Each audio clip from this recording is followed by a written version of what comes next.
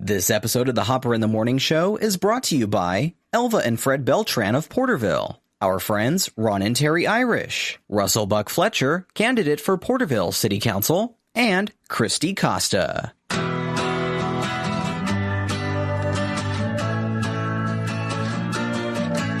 Welcome to the Hopper in the Morning Show, here at TalkToHopper.com. It's the same show, just new digs and no rules. Here's Hopper in the Morning.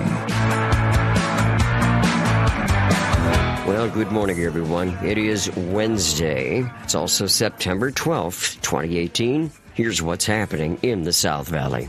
Well, it was on Monday at about 11 p.m.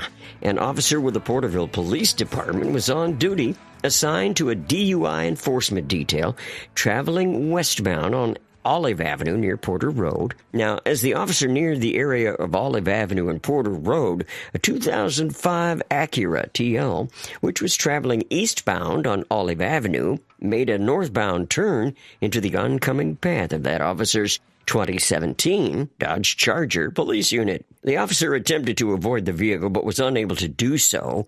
The vehicle collided into the officer. As a result of that collision, both vehicles sustained some major damage. Both the officer and the driver of the other vehicle sustained injuries and were transported to the local hospital. Now, in accordance with Porterville Police Department policy, California Highway Patrol was requested to that scene to conduct a traffic collision investigation. Now, during the course of that investigation, the driver of the other vehicle, Keo Malavone, was found to be displaying signs and symptoms of intoxication. He had major injuries and was transported to Kauai Delta Medical Center, where he was listed in critical condition. Now, the police officer, whose name is still being withheld, was transported to Sierra View Medical Center, where he was treated for possible broken wrist, possible broken ankle, neck pain, back pain, and more. But the officer was later released from the hospital pending further treatment of those injuries. Now, this case remains under investigation by the California Highway Patrol. And of course, as usual, anyone with information regarding that collision is asked to contact the California Highway Patrol or the Porterville Police Department. Kyle? The suspect involved in that Dinuba police officer's shooting investigation is pretty well known to the local authorities. Even the neighbors know her because they offered her food and water from time to time. Local residents say that they call her Boogie and that she isn't mentally well. One neighbor was at home Monday afternoon when she heard a scuffle in the street. Police officers briefed the Tulare County Sheriff's Office, who is taking over the investigation. One neighbor told reporters that she could see that they were tasing her. Dinuba police haven't released the identity of the suspect yet, but say that she's a 52-year-old woman. They found her on South M Street after neighbors say they couldn't get her to leave their yard. Police say that the female picked up a sharp object and came towards the officer, and that's when a shot was fired. She was hit in the lower half of her body, but is expected to be okay. Police say the suspect was armed with a piece of a fence post and a pair of garden shears.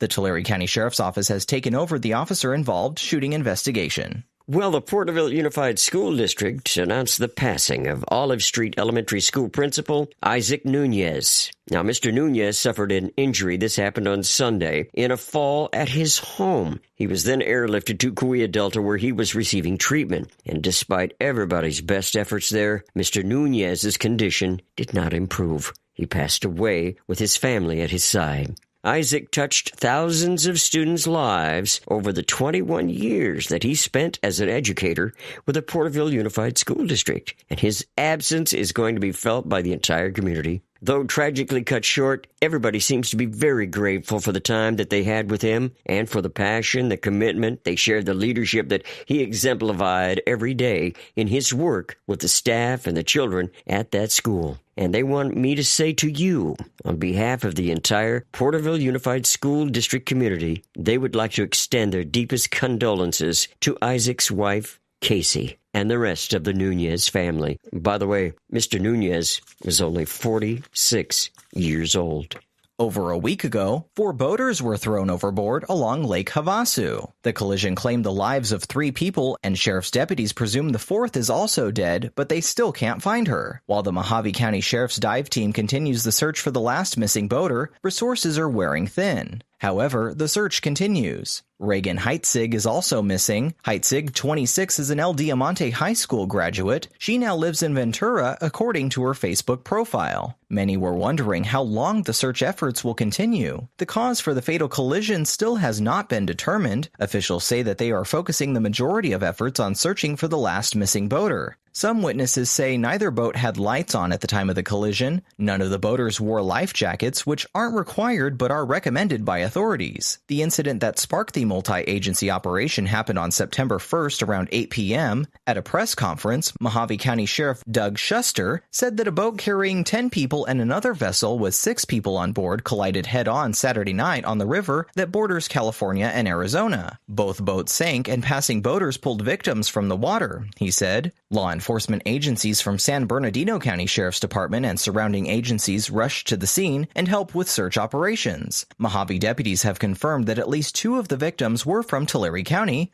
Chrissy Lewis and Brian Grabowski. Lewis is from Visalia and Grabowski is from Tulare. The third victim, Kira Drury, 24, played volleyball at St. Bonaventure High School in Ventura and later at Ventura College. Her Facebook page states that she's from Oxnard. She was at the lake with people from Visalia and Tulare. Well, other news, a Porterville board denied parole last week for James Ray Carlin, age 51, for the murder and robbery of a Porterville man back in 1993. Now, Carlin received a 3-year denial and is not scheduled for yet another hearing until 2021.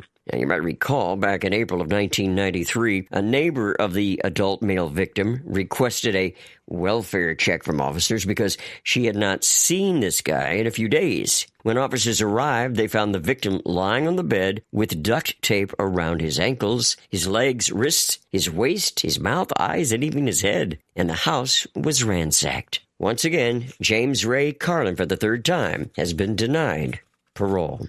Well, a former Kern County Sheriff's deputy is being held in Tulare County for his own protection. Logan August, 32, is facing 15 felony charges stemming from 350 pounds of marijuana that went missing while he was on duty as a sheriff's deputy. August and another deputy, Derek Penny, 36, are accused of stealing the drug and planning to sell it, according to prosecutors who told a local paper. The duo, now former deputies, pleaded guilty in federal court last year and received supervised probation. But prosecutors on Tuesday said the pair of former deputies were rearrested last week when a grand jury indicted them on allegations that could land them in state prison. Kern County District Attorney told reporters that August faces 15 years in prison. Penny faces 9 years in prison. The case doesn't fall under double jeopardy rules because the prosecutions are being handled by separate sovereign jurisdictions, Green said. August is being held on 15 felony charges, including 5 counts of second-degree burglary, 5 counts of transportation of marijuana, and filing false police reports. Penny is also facing similar charges and being held in Kern County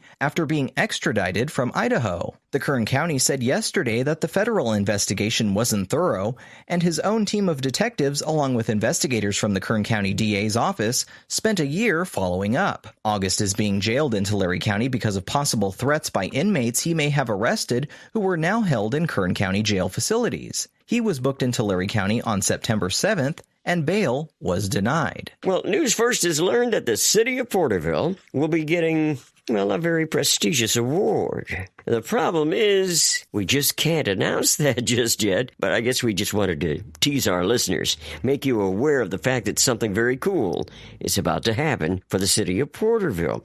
So with that being said, you may want to stay tuned right here to News First. We will be speaking with the mayor of Porterville, Milt Stowe, later this week. One of the last remaining B-17 bombers still flying will call Visalia home for the next week, and guess who can fly that plane? Word has it that you do. It's part of a tour by the Arizona Commemorative Air Force Museum. The bomber, which is named Sentimental Journey, was built back in 1944 and flew missions in World War II. It has now been restored and is maintained by volunteers. Tours are available at the Visalia Airport from 9 a.m. to 6 p.m. through this Thursday and from 2 p.m. to 6 p.m. Friday through Sunday of this weekend. However, if you do want to fly, it will cost you a bit for sure. Prices range from $425 to $850 flights, and those will take place Friday through Sunday from 10 a.m. to 1 p.m. You may want to contact the Visalia Airport for further information on the Sentimental Journey. Peter Nunez is the president of the Teamsters Union Local 431, and he was there talking, I say there, I'm talking about the city of Kingsburg, where hundreds and hundreds of workers walked out of the Sun-Maid raisin factory. They walked out late Monday afternoon.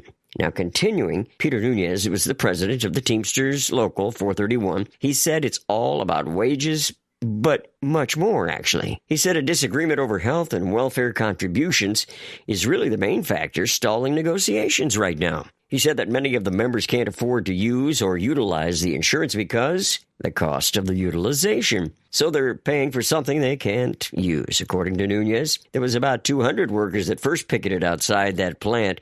Nunez said that about 500 total were involved in that Monday afternoon strike. It was late Monday, about 3 p.m. Now, one woman there who works at Sun-Maid, she had said that she'd been there for nearly 20 years. She spoke in Spanish, but she also said that she and her co-workers are fighting for what they deserve, saying that many people have worked there for decades and the current wages and insurance proposals are not fair. Now, Nunez, head of the local again, said workers did not want to strike, but they've been in negotiations with the company since April and have not received any satisfactory proposals. Nunez also said that the workers did not want to strike, but it's something they felt they had to do. Employees told reporters that they'll hold out as long as it takes, and they do not have plans to return to work there until their needs are met. Kyle. And now, with a look at what's happening in the world of agriculture, here's California Ag Today. The current challenges regarding trade to China and other countries has farmers on edge in California, and particularly challenges the citrus industry in the state. California produces 80% of the fresh citrus marketed in the United States, and much of it's exported. There are more than 3,000 growers farming 270,000 acres of citrus in California. Family farms are the bedrock of the California citrus industry. It's not unusual to find families producing navel oranges on trees that were planted by their grandfathers. Joel Nelson is president of the California Citrus Mutual, representing growers. Joel, welcome to the California Ag Today podcast. Well, Pat, thank you for the opportunity to talk about some key issues affecting our industry in California. Well, Joel, President Trump is asking all of us to be more patient when it comes to this trade war. Yeah, we've been actively participating in discussions with the administration to create offset programs should there be economic loss to our growers as a result of these trade disputes. There's been conference calls, there's been meetings in Washington, and then finally, when the administration decided to roll out what they rolled out, the conference calls started in a flurry of last Friday into Monday and carried over through Wednesday of this week to the tune of about 6 conference calls to discuss really 2 programs plus a NAFTA agreement. So it's been a busy week relative to trade. Well, Joel, I hope we're talking about more than that $12 billion offer that the administration announced a while back. Well, as the Secretary says, patriotism doesn't pay the bills.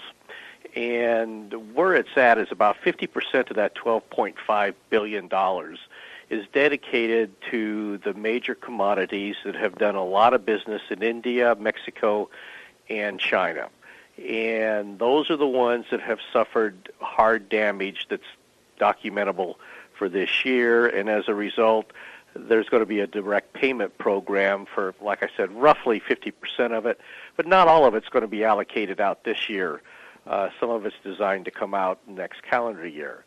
For the fresh fruit and vegetable industry, there's another pot of money that's being made available to commodities and their growers should they be suffering economic loss as a result of the trade disputes. So our colleagues in the almond industry got hit with India repercussions. Our colleagues in the cherry industry and the apple industry got hit by India, Mexico, and China. So far, the citrus industry's had minimal impact, but the potential is growing for major impact. So the programs are designed to help offset documented damage this year and set aside a bucket of change for damage that's probably going to occur into the fall. And then they'll renew some of these activities starting the 1st of January, assuming that some of these problems haven't been rectified. Well, Joel, we're thinking about this China trade war. Now it's India. Well, for so long, other countries have been taking advantage of the United States, not always in agriculture, but in some cases agriculture. So you had the situation with Mexico that was moving a lot of product here in the United States, tariff-free, and many of our commodities were affected by tariffs. You had in India, they were stealing intellectual property rights. They were doing some manufacturing that was adversely affecting other business sectors in the United States, and they were getting away with it.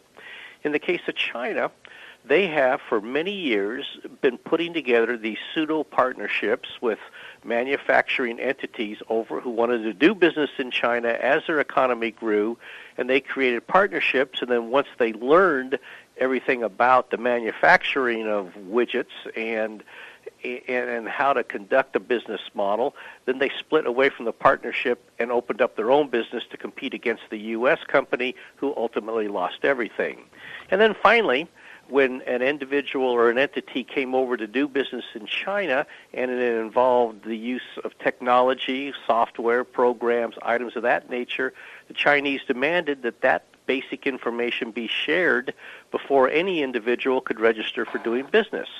Now, this was affecting other sectors, not agriculture, but it was stealing intellectual property rights. So in the Bush administration, there was an effort to rectify some of this. In the Obama administration, there was an effort to rectify some of this, and nothing worked. And so as a result, our trade deficit in these other sectors was increasing rapidly, and the profit margins for these other sectors were going down dramatically. And so the administration took some draconian steps, and then in the case of India and China, they decided to retaliate. In the case of Mexico, they sat down and they renegotiated what we call the NAFTA, North American Free Trade Agreement. And when they retaliated, they expanded the arena away from those manufacturing and business sectors, and they expanded it into agriculture. And so the unintended consequences fall on various commodities around the country, and I'm more focused on citrus and West Coast fruits and vegetables. So, Joel, from your perspective, what's the short-term, long-term view of this trade war with the tree fruits and vegetables in California? I feel for our stone fruit and vine colleagues here in California, because this is their peak export opportunity, and they're not able to take advantage of it. And the table grape market is not as strong as it has been in previous years. Our colleagues in the cherry industry here in California and those up in the Northwest, they normally export X percentage of their tonnage. They couldn't do it, and it collapsed the domestic market. For the citrus industry, we're looking at normally creating our marketing programs in the month of September, achieving our sales goals in the month of October, loading the ships in the month of November, and having them land starting in early December and carrying on through April. So we're looking at a glass that's half empty, quite frankly, and so we're trying to pay attention as to how these mitigation offsets are going to work and whether or not they're going to work for an industry like ours. Well, Joel, that's troubling news indeed. Well, thanks for being with us on TalkToHopper.com. Patrick, always my pleasure, and let's stay close because a lot of things are changing and a lot of dynamics are going to affect the profit and bottom line for our growers in California. That's Joel Nelson with California Citrus Mutual based in Exeter. I'm Patrick Cavanaugh reporting. Coming up next is our interview with President of the Tulare Chamber of Commerce, Donnette Silva-Carter. But first, a quick word for those who are making this broadcast possible, like Elva and Fred Beltran, Ron and Terry Irish of Porterville, Russell Buck Fletcher, candidate for Porterville City Council, and our friend Christy Costa. Welcome once again on the telephone with me here on Hopper in the Morning at TalkToHopper.com. That's our website right there. But on the phone with me today, happy to have Donnette Silva-Carter, who is joining us from the Tulare Chamber of Commerce. Donnette, how are you? I am doing great, Hopper. It is a busy day, as always, in the community of Tulare. There's a lot that's happening, a lot that's exciting news to share within our community. Yeah, that's why we're here, and I'm glad that you're on the line with us. So, first of all, let me take you back a little bit, if you don't mind, just real quickly. If you only had some experience at this stuff, it might be it might be better, but Donnette Silva-Carter knows her stuff. I have heard that from the city council. I've heard it from the mayor of Tulare. I've heard it from county people. And that is nothing but just an awesome thing for people to say about you. So you should know that they're out there and they know you are doing a terrific job. So I wanted to get that in. Well, thank you so much, Hopper. I appreciate the kind comments from you and the kind comments from others.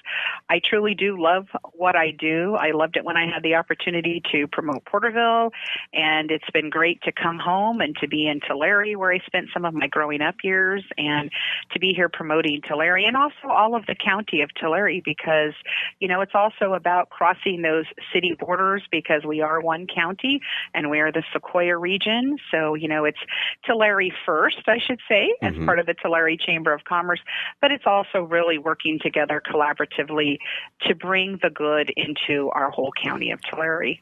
Absolutely, and I'm glad you said that, because that's how I feel as well. Let's talk a little bit about the Tulare Chamber. I was looking at the website, and I was looking at some of the things coming up, and I would, if you don't mind, I want you to tell me a little bit about a crush party. Oh, I'd love to talk about our Crush Party.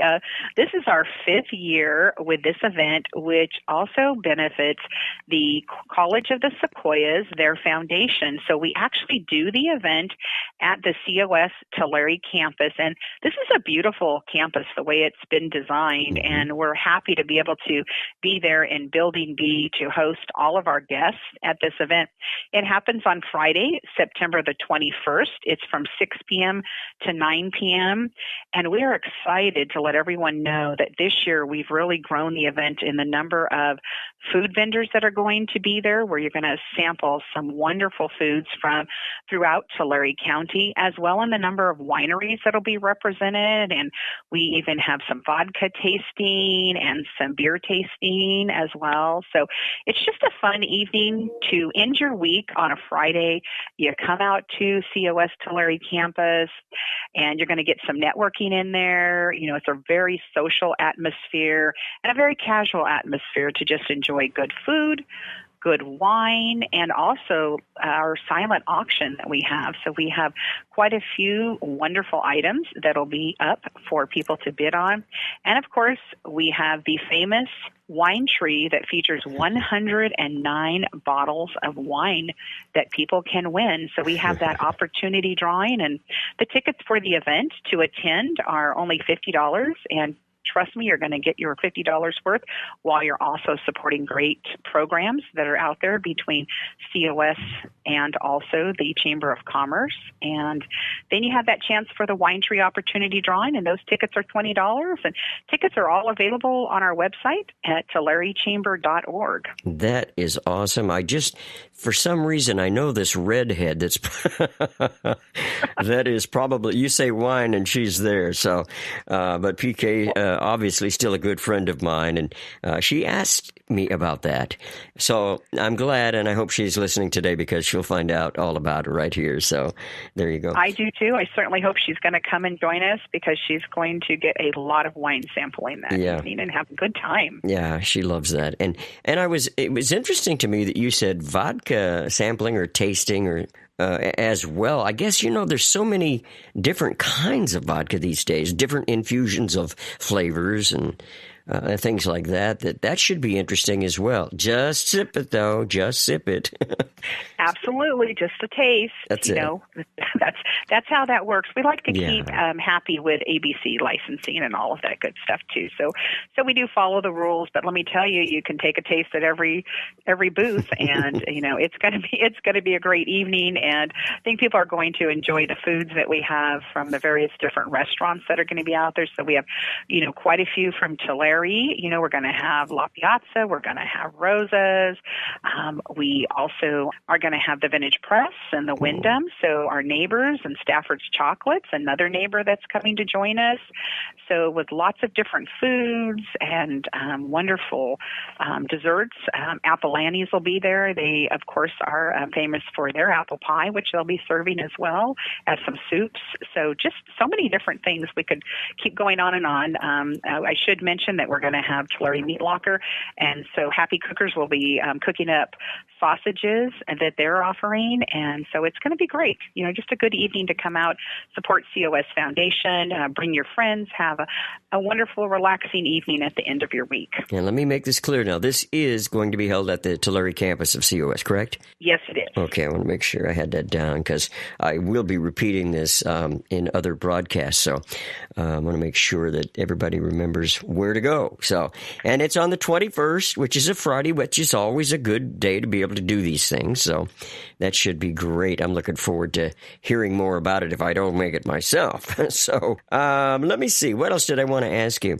I was looking through some of the other things. Unless there's something you want to hit on right at the moment, I wanted to ask you a little bit about Greece. I know it's still a ways away, but I know that the Chamber goes on these trips, and I look at that and I just go, wow, I wish that I could make it to some of these things, Oh, absolutely. Yeah, we'd love to talk about our tour program for 2019. We have a lot of different trips. So we will be going to Ireland, and what's cool about the Ireland tour is that you get to go to Ireland during St. Patrick's Day in March. Wow. And then in April, that's when we will be going to Greece, and that is just going to be a fabulous tour. And actually, on the 19th of September, we have a tour information meeting in the evening about 5:30, so people can learn some more about that, as well as the Italy tour, which will be in the fall of 2019. And then in the summer, we are going to be going to China. And this tour is open to anyone who would like to travel to China, but specifically those who are educators, they are going to get continuing education credit when they go on this tour if they sign up for that option. So just something else we'd like to offer, because they'll actually be visiting some school sites in China to learn about the education system. So you go over to China, you're going to learn about the education system, you're going to learn about the economic system over there, and you're also going to have some great tours that you get to go see the Great Wall and the Summer Palace. So we like that we kind of mix that up, and there's something for everyone. And usually that's what you're going to find on the various different tours that we do. And we use tour providers, who are tried and true and, have a great reputation for providing this type of travel. And we have people who travel with us on a regular basis. It's a lot of fun. They, get to know each other and make new friends, and then, look at doing different tours that we have available. So it's kind of a fun thing to do. Oh, wow. I mean, it does sound fabulous, I have to say. The tours now, these are not just for members of the Tulare Chamber. No, we open these up to anyone who is interested in going. That is awesome. We're, very good about making sure that that's available to anyone who wants to come. And then we actually have people from across the country who meet up with family members and friends on these tours as well. That's awesome. So that also expands the people that you get to meet, as well as the other people who are just, signing up on the tours through other providers as well. So that's just something else that we do kind of as a fun aside to the other things that the Chamber does as far as, promoting a strong local economy and promoting our community. And one of the things I did want to bring up is the fact that there are some candidate forums that are coming up. Oh, yes. So our Governmental Affairs Committee, we have the one we're doing on October the 4th at 6 p.m. That will be for the 2 districts that we have seats up for the Tulare City Council. And we want to invite people to follow us on Facebook or check out our website for that information. And then also on September 27th, there will be a collaborative group that is working together to bring 2 forums that evening. On September 27th at 6 p.m., we will be at the Tulare County Office of Education on Mooney Boulevard, and that will be the 26th Assembly seat and also the Tulare County Office of Ed superintendent's position. Yeah. So we want to invite the general public to come out and participate in that. That's how you learn about the candidates and what they have to offer should they win those seats. Wow. And I'm glad that you're getting involved in that, because there has been a lot of chatter about both of those, all of them actually, and it's good that somebody's getting together and putting these on. So we hope to have a representative there too. So it should be a lot of fun and very informative. Oh, absolutely. And I like that we do things together, too, in our area because, there's no need to do them separately when we can all work together, get more people to one general location and one forum. And it's, to me, working together is always makes your events and activities, stronger as well. And especially something like this where there are so many folks that are concerned and impacted by these seats and what's happening. So anyway, and the Chamber, of course, just, was busy with the regular business of economic development. We'll be going to the International Council of Shopping Centers, the Western Conference that's happening in October. And we have a number of appointments that are set up with businesses that have been matched to what our community demographics are. So we're very excited about the options that will be available for us to meet with those folks and to bring in some more development into the Tulare area. Of course, the current buzz is all about the businesses that are opening up very soon, looking at probably the end of September, 1st of October for Ross and Dee Dee's here. And then, of course, the much anticipated new Starbucks that is going to be in the downtown area. And we have an Aldi Market coming. So a lot of development. Oh, I forget there's also another Jack in a Box that's coming. And we have Planet Fitness. And the list goes on. And that's really exciting. We have quite a bit of housing development that's happening too. So that's something else that, works together with, those new opportunities that are being developed, as far as retail and restaurant as well. And of course, the burger places that will be opening up. So there's a lot that's happening in our community, and we're pretty excited about our future and what we have to offer to folks who already live here, as well as those that are looking at coming into the community. Absolutely. Just real quickly also, if you can, you mentioned a couple of things already, but when it comes to the Tulare Chamber of Commerce, can you tell me, I'm sure you can, off the top of your head, what some of the really big advantages of being a member of the Tulare Chamber of Commerce are? What are the benefits? First of all, you join an organization that is definitely a champion for business and for the community. And I think that's, at the forefront of what we do. We are there working on bringing new business to our community, as well as sustaining and growing the businesses that are here in Tulare already. So a variety of different types of services that are available. And when you join the chamber, you become part of that promotion package. I mean, I think that's really where a lot of our members